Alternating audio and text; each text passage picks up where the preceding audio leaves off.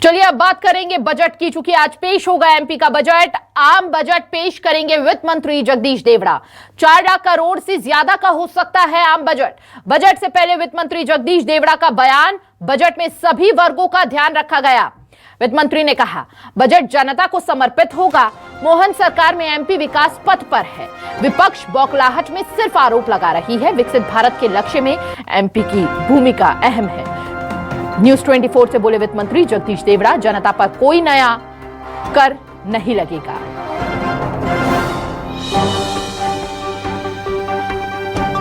तो विकसित भारत के लक्ष्य में एमपी की अहम भूमिका है। वित्त मंत्री ने कहा, बजट में सभी वर्गों का ध्यान रखा जाएगा। मीडिया के समक्ष पेश होकर उन्होंने ये तमाम बिंदु रखे। सभी वर्गों का ध्यान रखा जाएगा, उन्होंने कहा। अब देखिए, अब बेहद महत्वपूर्ण हो जाता है क्योंकि डॉक्टर मोहन यादव सरकार का दूसरा बजट आज पेश होगा।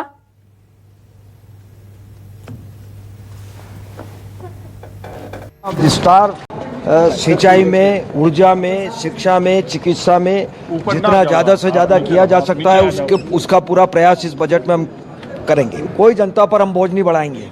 तो देखिए, मैं देखें कि वित्त मंत्री जगदीश देवड़ा, उनका बड़ा बयान सामने आया है। जगदीश देवड़ा ने कहा है कि किसी तरह का कोई नया जनता पर बोझ नहीं बढ़ेगा, यानी इसके मायने समझें कि कोई नया कर नहीं लगेगा। हालांकि वित्त मंत्री हैं, एक संवैधानिक व्यवस्था है, उनकी जिम्मेदारी है कि इसका जिक्र जो है सीधे तौर पर कर का जिक्र नहीं कर सकते, लेकिन इशारों में कह दिया है कि जनता पर कोई नया बोझ नहीं बढ़ेगा, यानी कोई नया कर नहीं लगेगा। कैमरामैन लवनी सैनी के साथ राकेश चतुर्वेदी, न्यूज 24 भोपाल। तो एमपी बजट में क्या रहेगा खास, वो भी आपको बता देते हैं। गरीब, किसान, महिला और युवा इस बजट का केंद्रीय बिंदु रहेंगे। पूंजीगत व्यय बढ़ाकर 70,000 करोड़ रुपए। सिंहस्थ और औद्योगिक विकास के लिए विशेष प्रावधान होंगे। साथ ही कर्मचारियों के लिए 14% डीए का प्रावधान संभव माना जा रहा है। 80,000 से अधिक नौकरियों का वादा यहां पर जो किया गया था उसे संभव माना जा रहा है। वहीं आपको बता दें कि गरीब, किसान, महिला और युवा इस बजट में मेन फोकस रहेंगे।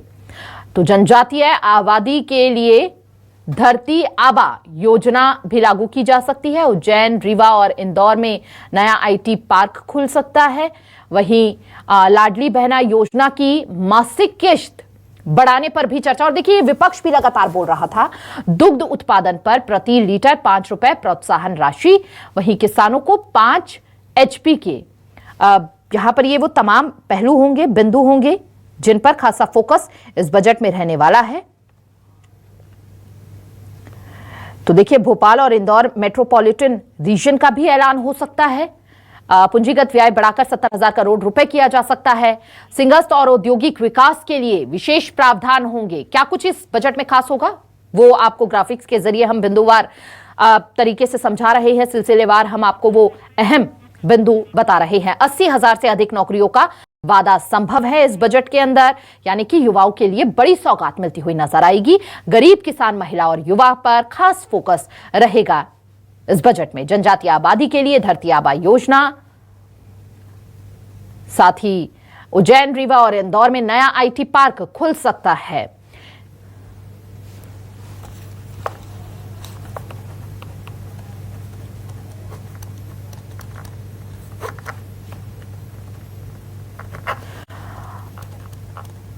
और देखिए, ये बजट कितना खास होगा, ये बताने के लिए हमारे साथ खास मेहमानों का पैनल जुड़ चुका है।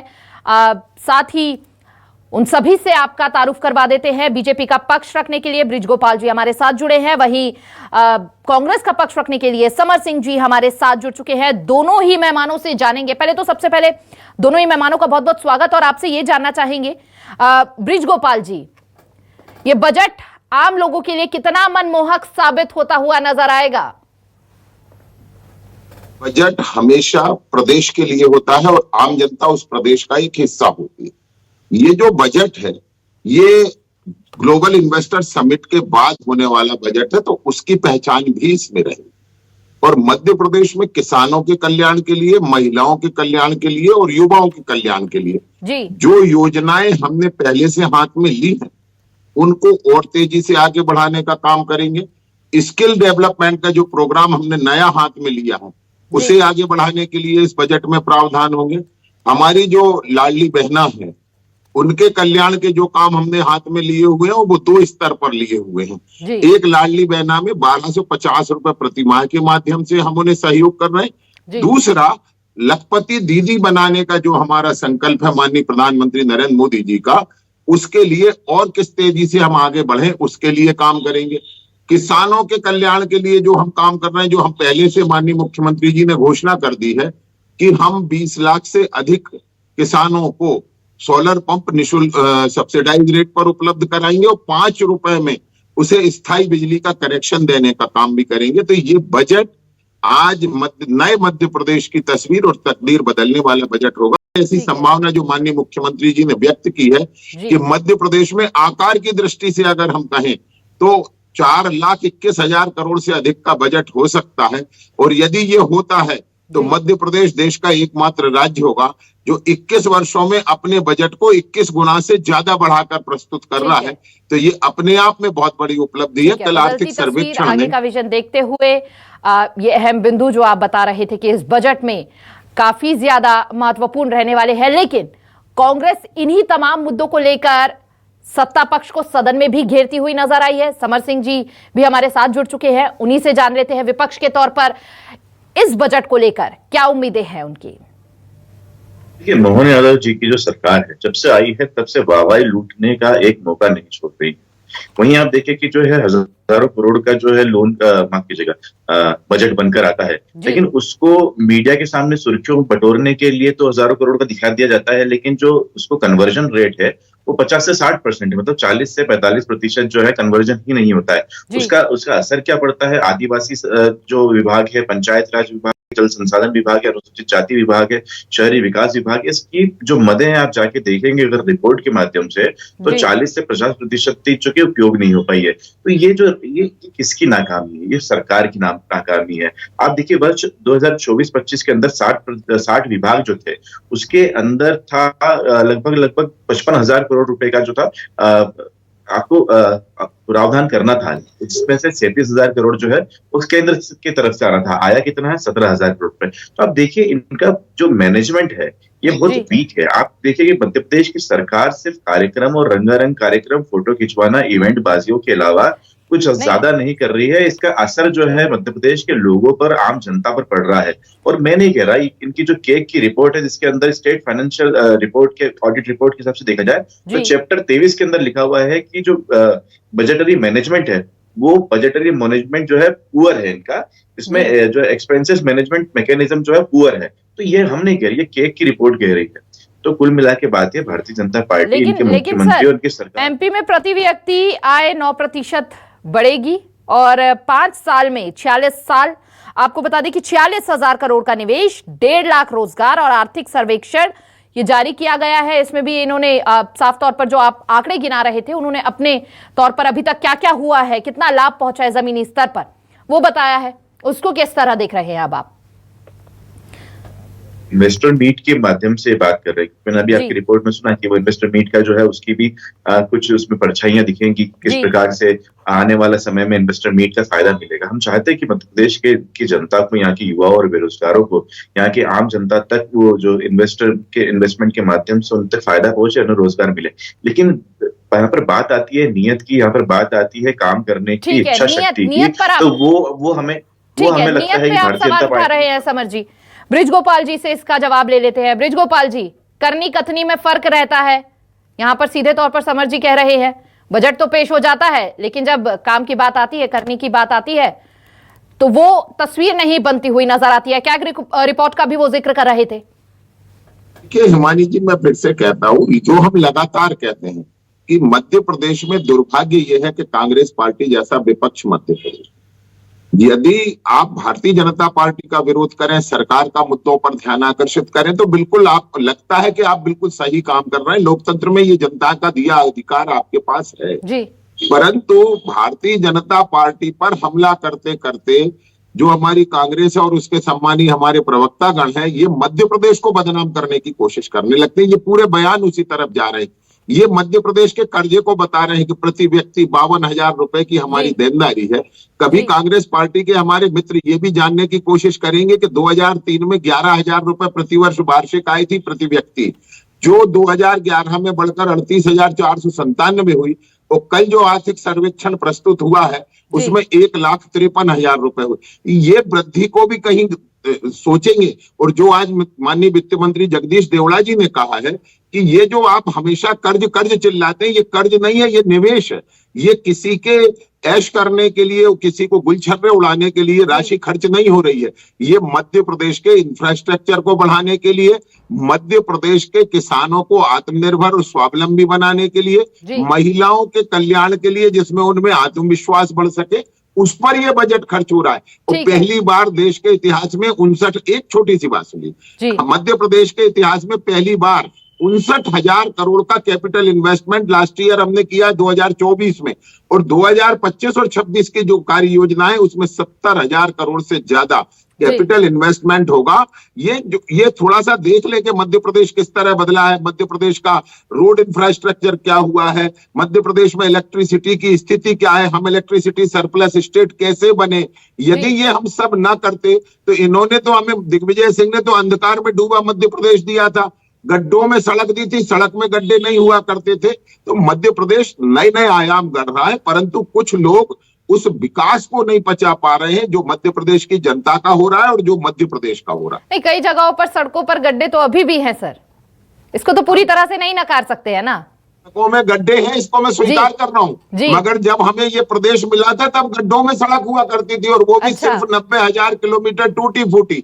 आज 5,12,000 किलोमीटर शानदार सड़कें मध्य प्रदेश में है, इसलिए उनमें कहीं कहीं गड्ढा दिखाई देता है। एक काल वो था कि जब गड्ढों में सड़क ढूंढना पड़ती थी। ठीक है, ये इसका जवाब समर जी से हम जरूर लेंगे। समर जी, एक तो सीधे तौर पर उन्होंने आरोप लगा दिया है कि आपके समय में गड्ढों में सड़कें थी, अभी हमारे में भले ही सड़कों पर गड्ढे हैं, वो भी जल्द तस्वीर बदलती हुई नजर आएगी। ड्रास्टिक चेंज जब सरकार हमारी आई है तब हुआ है। आपने कर्ज का सवाल उठाया था, उन्होंने कहा कि वो कर्ज नहीं है, इन्वेस्टमेंट है। अब बताइए आप क्या कहना चाहेंगे इस पर।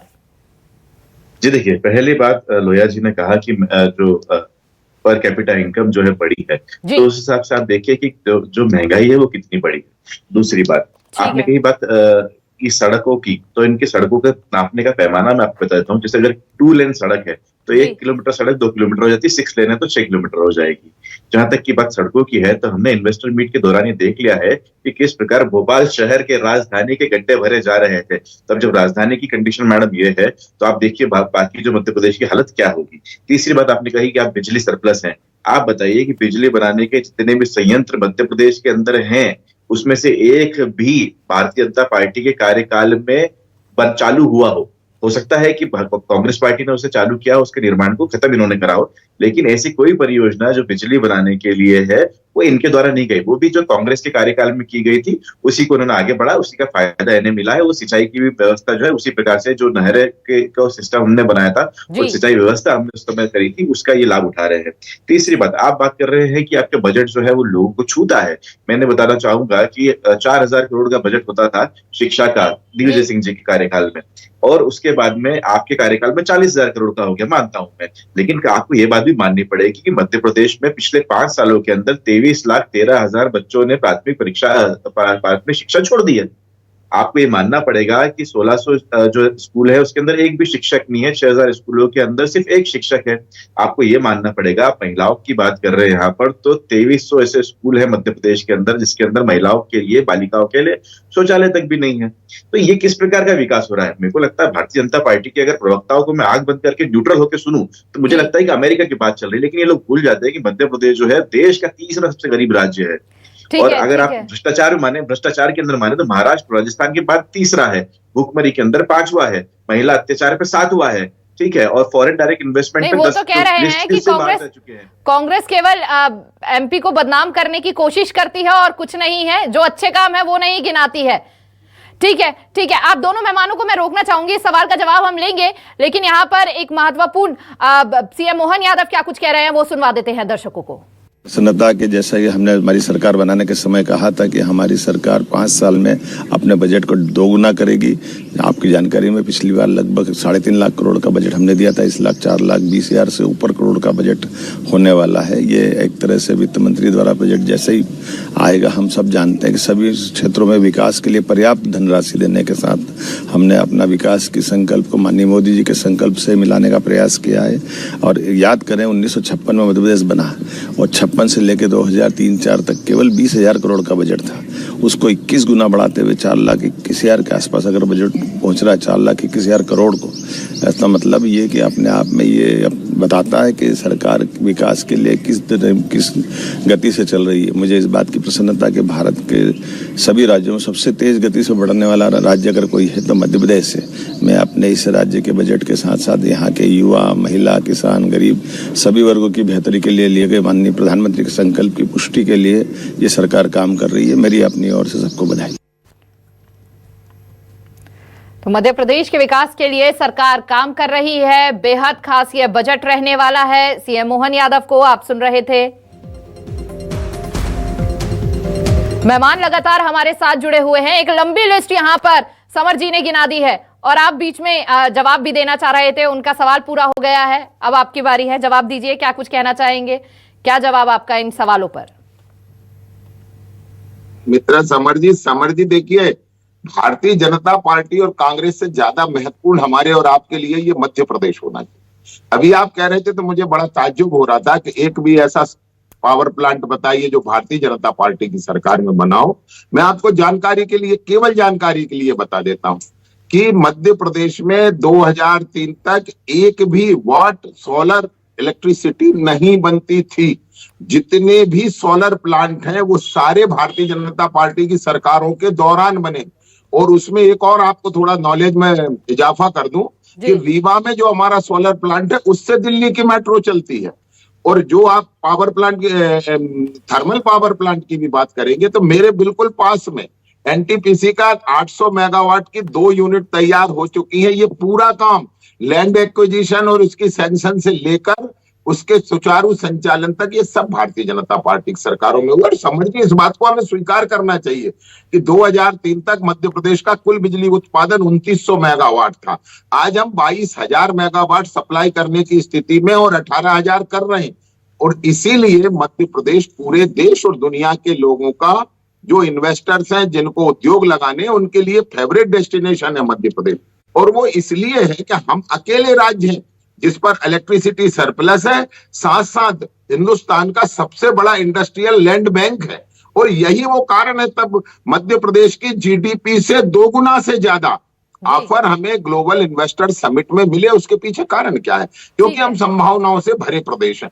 और मैं किसी को आरोप नहीं करना चाहता, मगर ये जरूर कहना चाहता हूँ, उनका तो काम है, वो तो विपक्ष में है, वो सवाल नहीं करेंगे तो कौन करेगा? विपक्ष में है, सवाल करना बहुत अच्छी बात है, मगर ऐसा सवाल करें जिससे मध्य प्रदेश के हित प्रभावित ना हो। भारतीय जनता पार्टी को आप आलोचना करिए, हमें कोई फर्क नहीं पड़ता। आप हमारी सरकारों को क्रिटिसाइज करिए, हमें कोई फर्क नहीं पड़ता। मगर जब आप बार बार ये कहते हैं कि मध्य प्रदेश पर कर्ज ज्यादा है, तो थोड़ा आप समझ लीजिए, जीएसडीपी के परसेंटेज से कर्ज मिलता है। वो जीएसडीपी कल मुख्यमंत्री विधानसभा में बताया वित्त मंत्री जी ने कि 11.05% जीएसडीपी हमारी पिछले वर्ष बढ़ी है 2024। इसी सवाल के साथ समर जी का रुख करेंगे। समर जी, प्रदेश की जीडीपी 11.05% की बढ़ोतरी हुई है और एमपी में प्रति व्यक्ति आय 1.5 लाख रुपए से ज्यादा हुई है। ये तो आप गिना ही नहीं रहे, ये बड़ी नाराजगी है। बिल्कुल, मैं बताना चाहूंगा, आप अपना कैमरा लेके आपके स्टूडियो के बाहर सड़कों पे निकले, वहां पर लोगों से रेफरेंडम कीजिए कि कितने लोग हैं जो 1.5 लाख रुपए कमा रहे हैं। आपको पता चल जाएगा कि जीडीपी की असलियत क्या है। जीडीपी कैलकुलेट करने का जो छोटा मोटा मेरे को तरीका पता है, उस हिसाब से 1 रुपया जो है जीडीपी के अंदर 4 रुपए की जो है बढ़ोतरी करता है जी। अगर मैं गलत नहीं हूं तो मैं तो आपके सामने बोल रहा हूँ मैडम, और सशर्त इस बात को बोल रहा हूँ कि आपके स्टूडियो से नीचे उतरिए, वहां पर जाके रेफरेंडम कीजिए, 100 लोगों को सामने लाइए, उनसे पूछिए कितने लोग उसमें 1.5 लाख रुपए कमा रहे हैं। ऐसा नहीं है। समस्या ये है कि जो जीडीपी है, उन्होंने भी तो ग्राउंड जीरो से सर्च करके रिपोर्ट तैयार की है ना सर। समस्या यही है कि आंकड़े के ऊपर भारत, मध्य प्रदेश जो है अमेरिका दिखता है मुझे, लेकिन तो आप कह रहे हैं ये आंकड़ा भी झूठ है, ये आंकड़ा भी झूठ है? आंकड़े सही हो सकते हैं क्योंकि आंकड़े लेकिन आप जो जमीनी हकीकत है उससे आप कैसे मुकर सकते हैं कि एक महिला अपने 3 बच्चों की गला घोट के हत्या कर देती है क्योंकि उसके पास दूध पिलाने के लिए पैसे नहीं होते हैं। एक किसान जो है मंदसौर नीमच के अंदर लोट कर अपने ऊपर पुलिंदे बांध कर जाता है क्योंकि उसकी जमीन जो है लोगों ने हत्या ली है। वो तो कह रहे हैं हमारा आगे का विजन है एक ड्रास्टिक चेंज जो है, बदलती तस्वीर मध्य प्रदेश की देखेंगे। आपकी सरकार में नहीं थी ये समस्या क्या सर? नहीं, मैं आपको लोया जी की बात का समर्थन करते हुए एक बात बोलता हूँ कि मध्य प्रदेश में अगर विकास विकसित होता है तो उससे ज्यादा कांग्रेस से ज्यादा कोई खुश नहीं होगा। लेकिन विकास का एक जो होता है मैडम, फिजिक्स का एक फिनोमिना है जिसके अंदर हम बोलते हैं कि फोर्स के लिए डायरेक्शन की जरूरत होती है कि फोर्स तो लगा रहे लेकिन जो अगर दिशाहीन अगर ये लगाते रहेंगे तो कहीं पहुंच नहीं पाएंगे। आप देखिए अगर पिछले 1 साल के अंदर मोहन यादव, आपको लग रहा है कि रिजल्ट सामने नहीं आ रहा है? कहीं मैम रिजल्ट आ रहा है लेकिन ऊंट के मुंह में जीरे बराबर का आ रहा है। जहां आप बोलते हैं कि 20 लाख करोड़ रुपए आएगा, वहां पर जो आता है 1.5 लाख करोड़ रुपए के आसपास आता है। आप कहते करोड़ों नौकरियां आएंगी, वहां पर 6 इन्वेस्टर मीट के बाद में 2,20,000 जो है वो नौकरियां मिलती है। आप तो इस प्रकार की चीजें हैं। और आप जहां तक कि अधोसंरचना विकास की आप बात कर रहे हैं, इन्वेस्टर मीट की आप बात कर रहे हैं, मैं तो सबसे पहले इन्वेस्टर मीट में प्रश्न ये है कि जो इन्वेस्टर मीट की शाम को जो थालियां लूटने का काम हुआ है, तो पहले तो मध्य प्रदेश की सरकार उन इन्वेस्टर का नाम सामने लाए जो कि इन्होंने इनवाइट किए थे, और थाली लूटने वाले वो इन्वेस्टर कौन थे? क्या ये सिर्फ एक इवेंट के माध्यम से भारतीय जनता पार्टी मध्य प्रदेश की जो है एक स्याह हकीकत को छुपाकर और सब कुछ हरा हरा दिखाने के प्रयास नहीं कर रही है? ये प्रश्न हमारा हमेशा से बना हुआ है। समय की कमी है सर, समय की कमी है। बहुत छोटा सा जवाब, बहुत कम समय में आप अपना दीजिएगा, बताइए बृजगोपाल जी। छोटा सा जवाब दे देता हूँ, एक उदाहरण के साथ दे देता हूँ कि मंडी द्वीप है, भोपाल से बिल्कुल लगा हुआ है, 19 किलोमीटर है। ये मंडी द्वीप में एक HEG की स्थापना हुई थी अर्जुन सिंह के कांग्रेस के काल में, हम स्वीकार करते हैं, परंतु ये भूल जाते हैं कि आज वो मंडी द्वीप का क्षेत्र 60 किलोमीटर से अधिक पहुंच चुका है। 23,000 आबादी का गांव जो 2001 की जनगणना में था, आज 1.5 लाख का शहर हो चुका है। और ट्राइडेंट और ओसवाल जैसे ग्रुप बुधनी जैसी जगह में पहुंचे हैं। तो देखिए मध्य प्रदेश बदला है, यदि नहीं बदलता तो 23,000 करोड़ का बजट बढ़कर 4,21,000 करोड़ तक नहीं पहुंचता। परिवर्तन प्रयत्नों से होते हैं, सिर्फ आलोचनाओं से नहीं। ठीक है, समय की कमी है, समय की बहुत कमी है। आप दोनों के मैं माफी के साथ धन्यवाद करना चाहूंगी आप दोनों का। बहुत बहुत शुक्रिया अपना कीमती समय साझा करने के लिए। न्यूज़ 24 मध्य प्रदेश छत्तीसगढ़ पर अपनी अपनी प्रतिक्रिया, बजट को लेकर इन दोनों की क्या उम्मीदें थी वो लगातार उन्होंने सामने रखी, लेकिन एक बड़ी फहरिस्त विपक्ष की है जिसको लेकर वो सवाल खड़ा कर रही है। पिछले 2 दिन से सदन में भी जमकर हंगामा होता हुआ नजर आया और फिलहाल हमारे साथ जो मेहमान जुड़े थे उनकी भी एक बड़ी लिस्ट थी। हालांकि उन तमाम सवालों का जवाब देते हुए भी बीजेपी के प्रवक्ता नजर आए हैं, लेकिन बजट पर सभी की नजर है। क्या कुछ इस बजट में खास रहेगा, ये देखना बेहद महत्वपूर्ण हो जाता है।